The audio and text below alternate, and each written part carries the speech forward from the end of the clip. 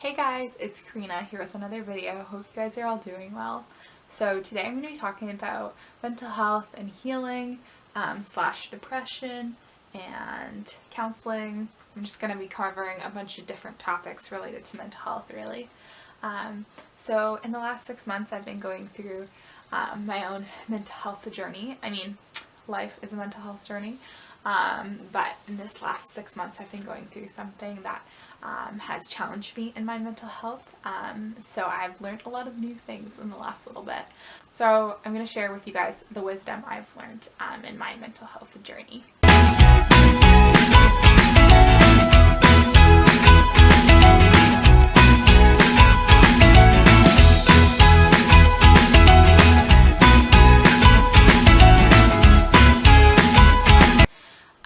So first off, something that I've had to learn lately is how to figure out my schedule. I am an extreme extrovert, and in the last little bit I've had to kind of take a step down from that and prioritize myself, and this has been really challenging. And something my counselor recommended was kind of like looking at my schedule and doing less of what I think I can handle. So instead of doing like 4 activities that week, I'll do 2 activities and see how the week goes. And if I end up liking the amount of alone time I had, then that's how I know that's a good balance for me. So you kind of have to like experiment with your schedule and actually like block in time that's for you, and then like time that's for being social and doing events or trying new things. So it can take some time to figure out what you need and how much alone time you need, but it's definitely really worth it, and it's definitely very important to prioritize yourself at any point in your life. It's always good to make sure you're taking care of yourself and putting yourself first, so that way you can take care of others and be there for your friends. Another thing that's really helped me is journaling. So I journal every single day, and most days, some days I forget, and I will journal like one thing I'm grateful for / like my highlight from the day, and then I'll also write down how I was feeling and what I did that day. So that's kind of like my routine. And then once a week I try to actually take like an hour or 2 to actually like sit down and journal and like flesh out any thoughts I need to. And sometimes like nothing does come to me. Sometimes I don't have something to journal on my mind. So like a way to kind of like get at the root of what's going on is like doing check-ins with yourself. So if I don't have anything like specific to journal, I'll be like, okay, how am I doing emotionally? How am I doing physically? How am I doing spiritually? And then also think about like the relationships in my life and my family and school, and just kind of reflect on all of the aspects of my life and try to see at the root if there's anything I should be changing, or if there's anything that is bothering me in my life. Sometimes I also take time to go into nature and journal. This is always really nice, and I find I just end up writing about how grateful I am for nature and my life and the people in it. Something that can really help as well is meditation. So I have the Headspace membership, and it is incredibly helpful. Every day they have a breathing exercise for you, a 5-minute video about some random topic, and then a meditation. And it's a great way to start your morning and really just get into the zone and prepared for your day. I highly recommend it. Meditation is such a beautiful thing, and it just, even if you can get in the moment for just a second, it's very beautiful just to be in the present. And that's really the goal of meditation, is bringing you to the present moment and just focusing on your breath. Taking baths and doing yoga is definitely something that can really help with mental health as well. I like to take a really hot bath, and then I'll take a really cold shower, and this just kind of gets my muscles feeling better, and it can really help if you're sore to do this as well. And I also really like to do yoga as well. That really helps me get in tune with my body and how I'm feeling. Taking walks outside can be super therapeutic as well. Specifically, I like to go on the swings and just swing out my problems, and it's just beautiful to feel like a kid again, and just like feel the wind when you swing, and just really feel the world around you. It's pretty incredible. And something cool is on a documentary I was watching, like Netflix has a series called Explained, and there's one about time. I highly recommend you check it out. And in that video it talks about how when you go into nature, like time literally slows down, and I think this is so amazing, and just goes to show how like being in nature can really improve your mental health and slow things down for you. Being in my hammock is also something that's really beneficial.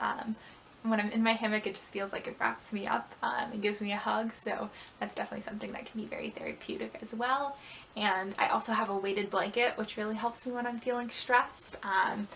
Weighted blankets are absolutely bliss, and yeah, they can really just calm any nerves you're feeling. Something that has immensely helped me in my healing journey is counseling. I've been in counseling since grade 9 or 10, on and off here and there, and I've had a few different counselors, and I think the biggest misconception about counseling is people think they don't need it, and I definitely thought this as well before I went to counseling. Both my siblings struggle with bipolar, and in high school this was really challenging because there was times where they were very unwell, and my mom suggested I would go to counseling, and I really did not want to go. Like, I didn't think I needed it. I'm like, I'm fine, like I don't have any mental health issues, like it's, you know, I'm good. And then finally I did eventually go, and it was so helpful. And yeah, once again, I do think that's the biggest misconception about counseling, is that people think they don't need it.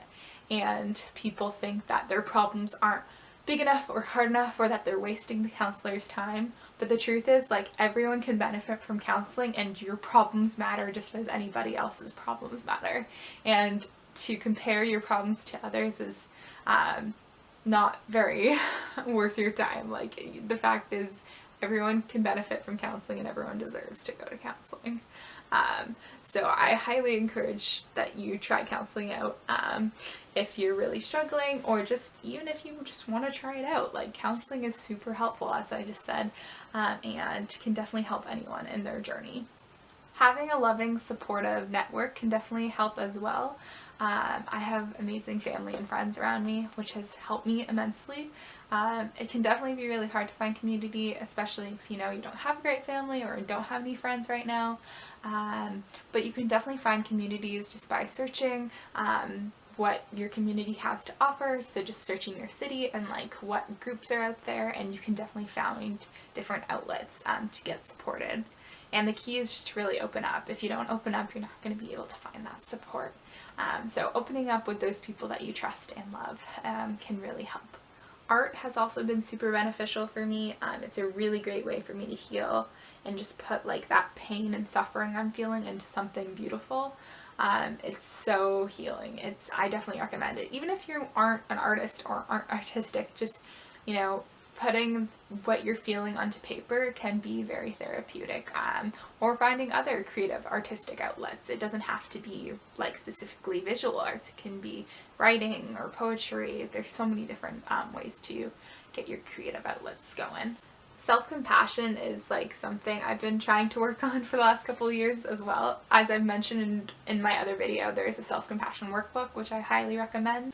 Yeah, self-compassion is a constant process, something I'm still working on and definitely not a master of. Self-compassion is, yeah, one of those things you have to keep working at. Like, even if you're just self-compassionate to yourself once, that's not enough, and you're still going to have to be self-compassionate every time those emotions come up for you, and every time that you're hard on yourself. So it's definitely a learning journey and takes a lot of time, and yeah, I look forward to the day where I'm better at self-compassion. Yeah, so it's just, the idea of self-compassion though is just giving yourself love and reminding that your emotions are okay. And this kind of ties into my next point about crying. So I'm not a super emotional person, but in the last little bit I have been more emotional, and it's been hard for me to deal with, because to me crying is a sign of weakness, and I know it's not, but society tells me that, and I feel like it is. And so it's been really challenging for me when I get emotional. I want to like go right to beating myself up about it, but I've had to learn that, like, no, I can't do that. I need to accept my emotions and give myself that self-compassion to cry in that moment if that's what I need to. And I think that's a huge misconception as well, is that like crying makes you weak, or, you know, shows that you aren't strong. and people think crying isn't healthy, but like crying is absolutely healthy and can definitely help you in your journey, and it's a total normal emotion that we do not need to be afraid of. So know that it's okay to cry and give yourself permission to cry. A metaphor that's been really helpful for me that my mom gave me actually is this metaphor that we're all elastics.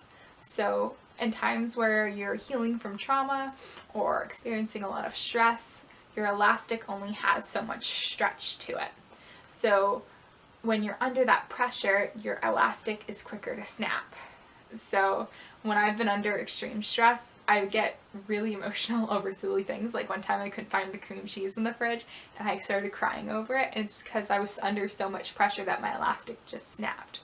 So it's important to recognize that like when you're under that pressure, your elastic will be quicker to snap, and just giving yourself that grace and permission that like it's okay that you're not going to be as productive and you're not going to be able to get as much done, and just giving yourself that self-compassion that like, okay, everything's okay, I just need to treat myself with kindness and maybe not expect myself to do as much in this time of struggle. Leaning into my spirituality and faith has really helped me, and leaning into my prayer life and doing worship. Those things can all really help in your journey as well. If you are spiritual or practice faith, taking things day by day is probably the most helpful thing I can suggest to someone who's really struggling or going through a depression period. That's the only thing that really can keep you going, is just living day by day, moment by moment. Because when you are depressed, it is so dark and there's very little keeping you going. So it's really just about, congratulating yourself for waking up in the morning and doing like the very simple basic things. That is what gets you through. And it's hard when you're in that depression phase because you're just so unmotivated and discouraged. So it's definitely a really challenging time, and my love and support goes out to you if you're in a period where you're facing that depression. It can be extremely challenging for sure, but you're gonna get through this. One last piece of advice I have is trying to find moments in the day where you can be in the present. So a really great strategy to do this is getting in tune with your senses. So thinking about your 5 senses. So thinking about, what can I touch in this moment? What can I feel in this moment? What can I smell in this moment? What can I see in this moment? And what can I hear in this moment?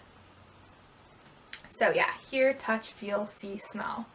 And just thinking about all of those things and just grounding yourself in the present. It's such an amazing experience because throughout the day, like, we always have so many thoughts going through our mind and we're never focused on the present. We're always thinking about the next minute, the next hour, the next thing we're doing, and that can be really overwhelming, and we're definitely not meant to be focusing on all these different things all the time. So it's a really great grounding technique if you're feeling overwhelmed to do this, but also just, I like to try to do this, at least a few times a day. I'll try to do it in the morning when I'm taking a bath, when I'm trying to relax. It's a really great technique, so I highly recommend that. So I hope this video was helpful for you guys, and please comment below, let me know what you think. Please subscribe and like this video. I hope you guys have a wonderful week, and know that if you're struggling, you will get through this. I'm sending all my love and support to you. Bye! See you guys in my next video.